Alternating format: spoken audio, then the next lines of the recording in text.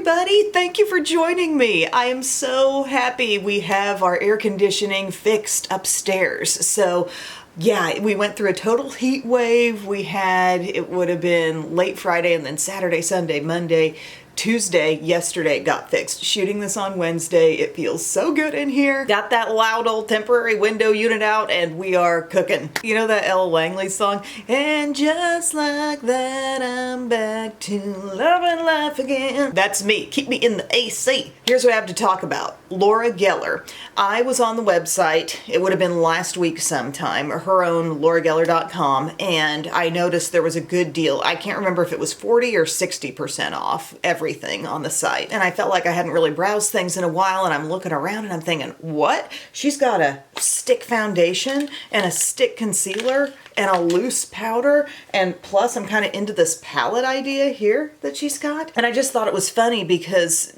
Laura Geller's known for baked, and I ended up with a haul of all things not baked, but I'm excited to try them because I support the fact that she does branch out and work with other formulas, and a lot of things she makes I think turn out really well. So yeah, we're going to be trying all this stuff for the first time. It just came in the mail yesterday.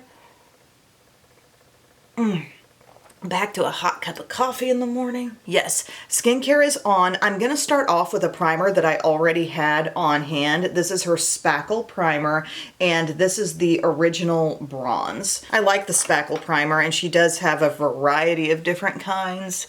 I have another one that's like Ethereal Rose Glow or something like that, but this gives me a very sheer, pretty bronziness. Easy to blend in, like no big whoop. Next up, foundation stick. I got this in the shade medium. I went a little deeper. Instant Enhancer Buildable Foundation Stick. Let's see how she works. Very standard packaging and look here. Nice glide on the skin. Really easy. Love the smoothness. That didn't feel too far off from the glide I get putting the Fenty one on, which is kind of my high-end front runner foundation stick. But the coverage on this looks really nice as I blended that in across that cheek. I would say it's medium coverage right now, and buildable is in the name, so we may try and build a bit. It's so nice to have the kids back in their rooms.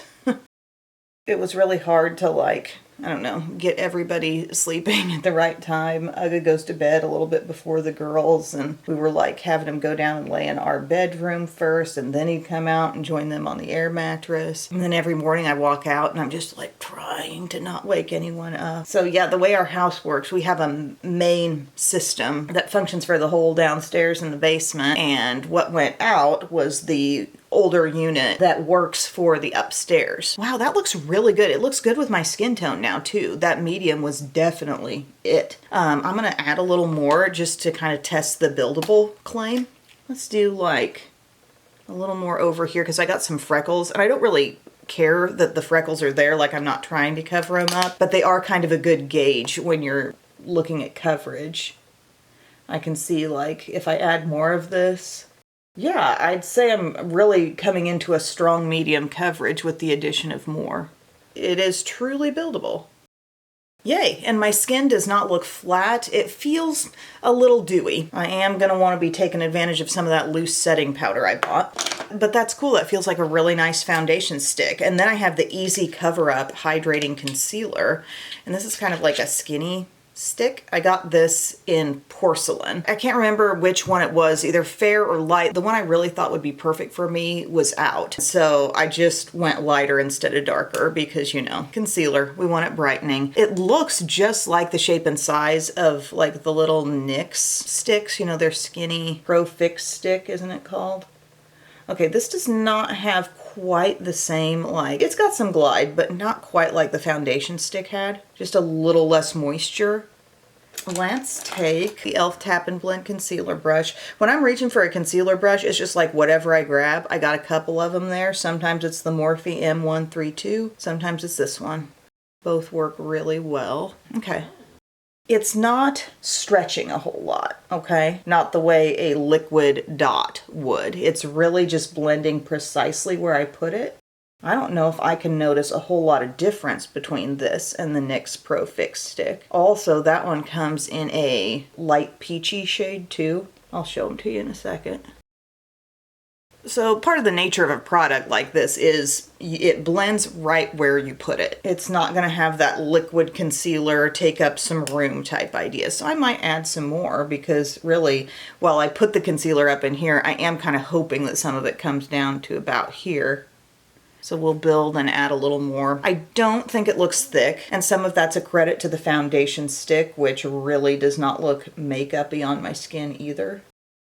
Okay, getting some brightening further down in this zone.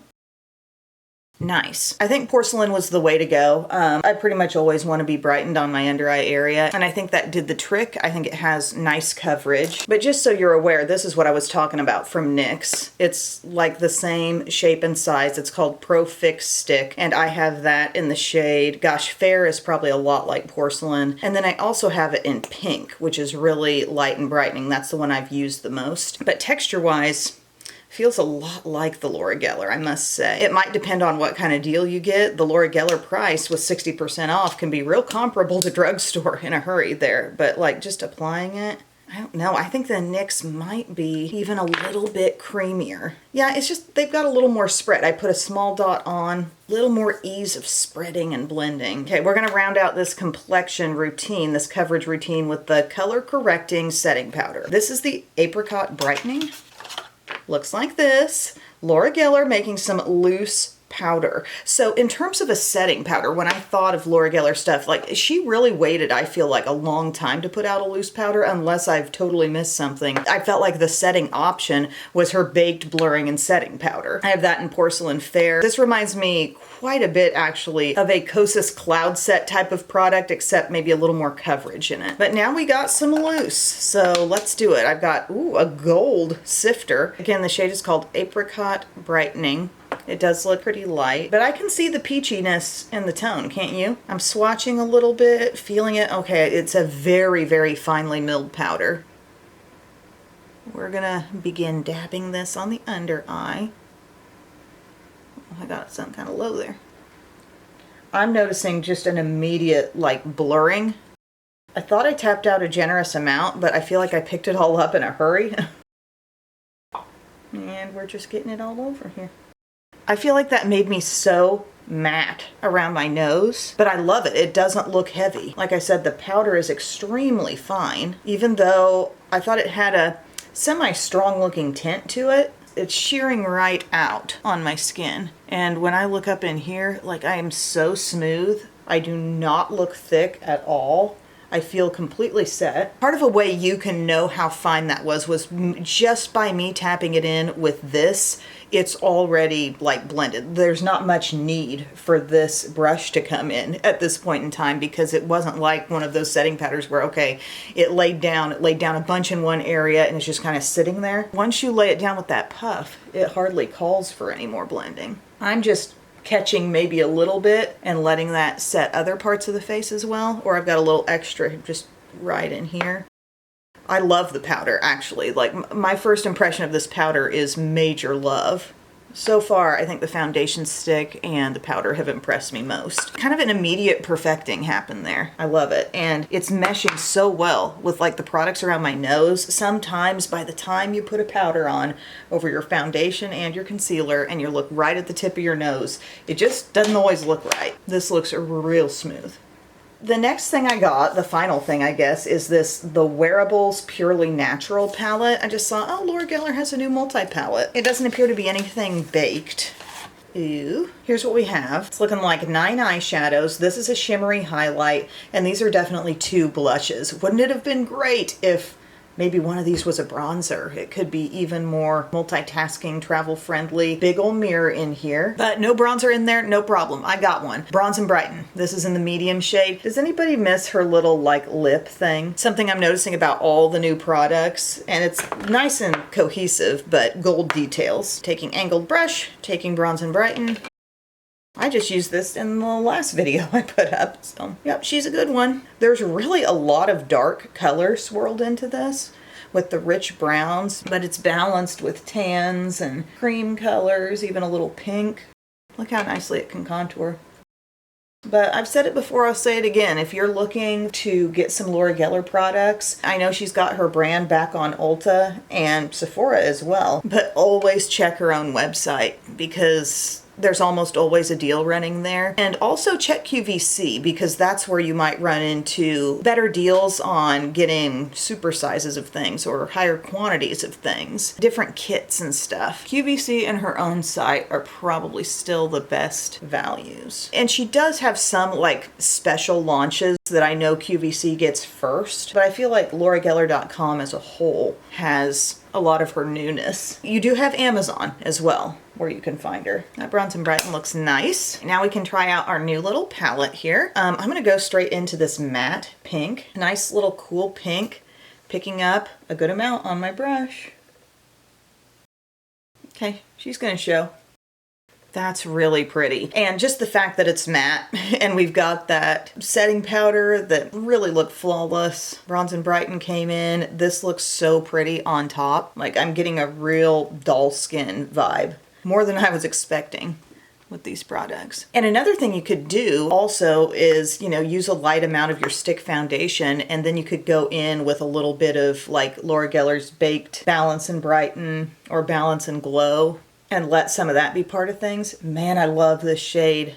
So pretty. I've got to see a little bit of the peachy one too though. If I hold it dead on, it kind of washes out, but can you tell? Kind of like a soft little apricot.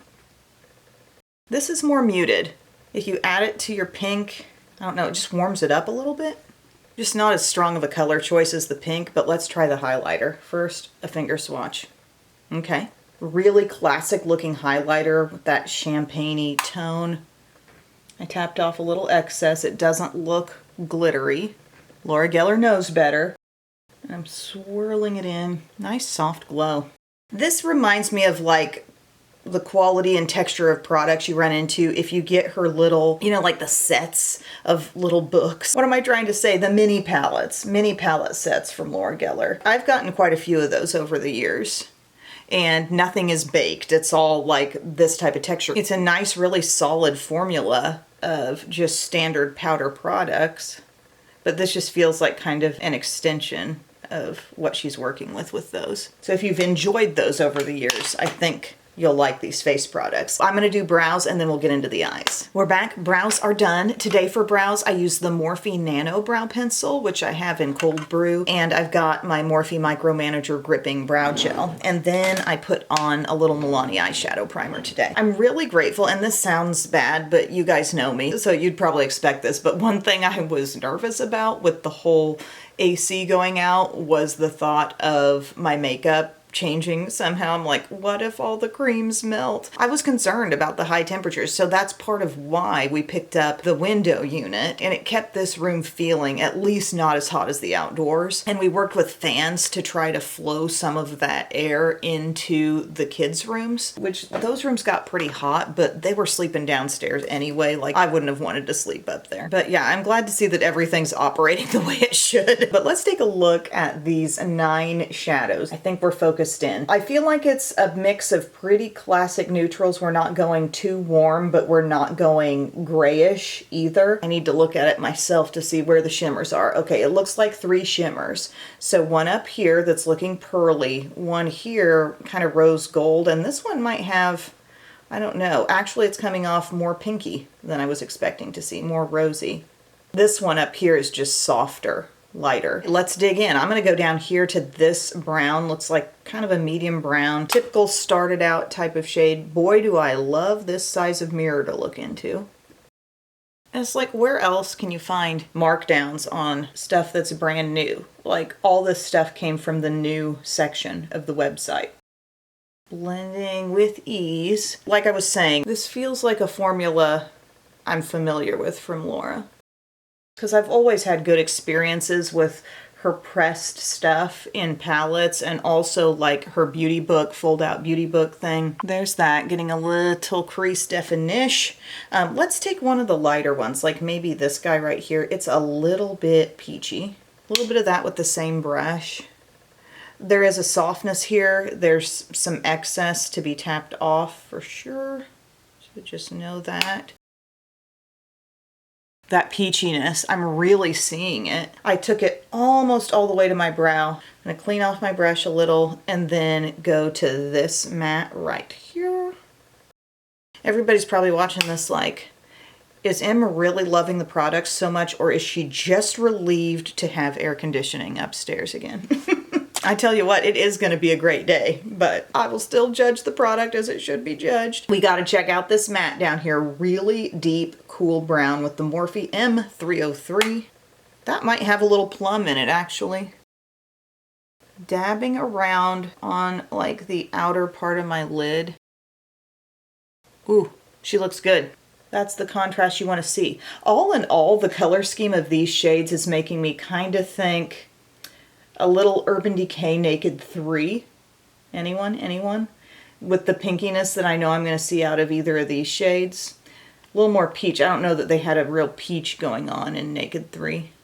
It's been a while. Flipping my brush, making sure darkness goes where I want it, but I'm not like too dark. I'm not getting real bold and dramatic with that, but you know, we want to know what it can do, and then I can come in with the crease brush again. And I feel like I'm just lightly blending. I know a lot of you want to know, like, keep it soft, Em, like what will a soft look like? As much as I'm interested to know what the deepest shade in the palette will do, you don't always want to see the look go real deep and dark. And I just don't think this is really deep and dark. I think you could totally take that shade with like the small pointed brush, flare it out a little bit more, take it up, achieve even more lift, but I think we've got lift just with what we've done in the crease. Now I'm taking my Morphe M302. So this is a little bit smaller than the M303, and I've got to see this guy come in. I'll take that for a little pop right here, maybe. Little soft rosiness.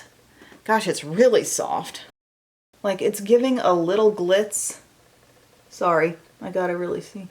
It's like the softest of rosy glows. I'm now going to clean my brush off and try this one. I'm going to try going straight over top. This actually has a little shift to it. It looks almost just a little bit bluish at times, but I think it's going to overall maintain a pinky look on your lids. Yeah, that's just a little bit stronger shade, and I'm going to let that take up all my inner lid space. For people who like soft shimmer, ultimately it stays being a soft shimmer. Laura Geller did not go berserk with the shimmer. Cleaning off, definitely want to see how much brightness this one gives up here. And keep in mind you've also got the highlighter too. Highlighter worked very well, but let's see how the shadow itself does. Just going like inner corner pop. Okay, I'm seeing it. Seeing it right in front of me here in the mirror. Yes, good. Another thing that might be nice is just a little bit of this slightly warmish medium brown with the small pointed brush. And I would like to see just a little bit of that softly coming under the eye. Wow, that's a really perfect sneaky shade right there. You can't put your finger on the fact that there's a bunch of depth, but the eye is just defined. My takeaway on this palette is I've liked it. Nothing's been glaringly bad about it. I think it's a fairly common selection of shades. It's a combo thing, so you do have face and eyes involved, which is handy always. But I kind of wish there was a bronzer. I wish this shade was bronzer, because this blush, at least with the way my skin tone is now, I don't think I'm going to see that one a whole lot. Like when I added it in, it only gave a slight shift to the pink. It wasn't like, hey, I'm really a strong peach color. I like that there's a highlight like the pink, but what if that could have been bronzer? It's a like for me right now, but not an absolute rip-roaring must-have love. But I think the look I turned out was pretty. I am not seeing any fallout under my eyes. I'm feeling pretty good about it. I think kind of a plummy liner might look nice. I'm going to take something I already had here from Laura Geller. It's her Kajal Longwear eyeliner, you know, these super longwear shadow sticks, which usually in the fall you will find like a really good deal on a set of these on her website, and I always share it. I always share it on my Instagram stories. But this is Smoky Amethyst Kohl, and I'm just gonna run a little bit of this on my upper lash line. And I think where Laura Geller really thrives with these is giving us some rich shades that truly can feel like eyeliner. You know, they're not just like a shimmery shadow stick. When you get a set, usually it's loaded with some nice deep jewel tones. She might have a soft black in there. They come with a pointed tip. They're a jumbo shadow stick size, but the tip is formed and then there's a sharpener in the end where you can keep it formed if you want to. But I usually don't use that, and I just let them be kind of a thick, lazy liner vibe. But in my collection, the purpose they serve is really that thing. As I look at what I have, they are that deeper shadow stick. Like we have L'Oreal's Brown Abyss, yes, but the rest of that line is pretty soft outside of the smoky ones. Okay, I'm gonna pop on some mascara and a lip, and I'll be back. Actually, hold that thought. I have a Laura Geller mascara, the Kajal Longwear Mascara. Wasn't this what I got in the Today's Special Value I got several months back? I like this one. It's kind of a large brush, but the bristles are rubbery and real short. Builds on herself well, tapered toward the tip, so you've got some ease getting into that innermost corner. Pretty. Look at that lift we're suddenly getting. Like this eye versus this eye. Just one coat. I don't believe I'm going to put this on the lower lashes though. I'll put e.l.f. down there. This has been a really fun video, you guys. The non-baked world of Laura Geller. Why do I feel like I've lost some lashes on this eye?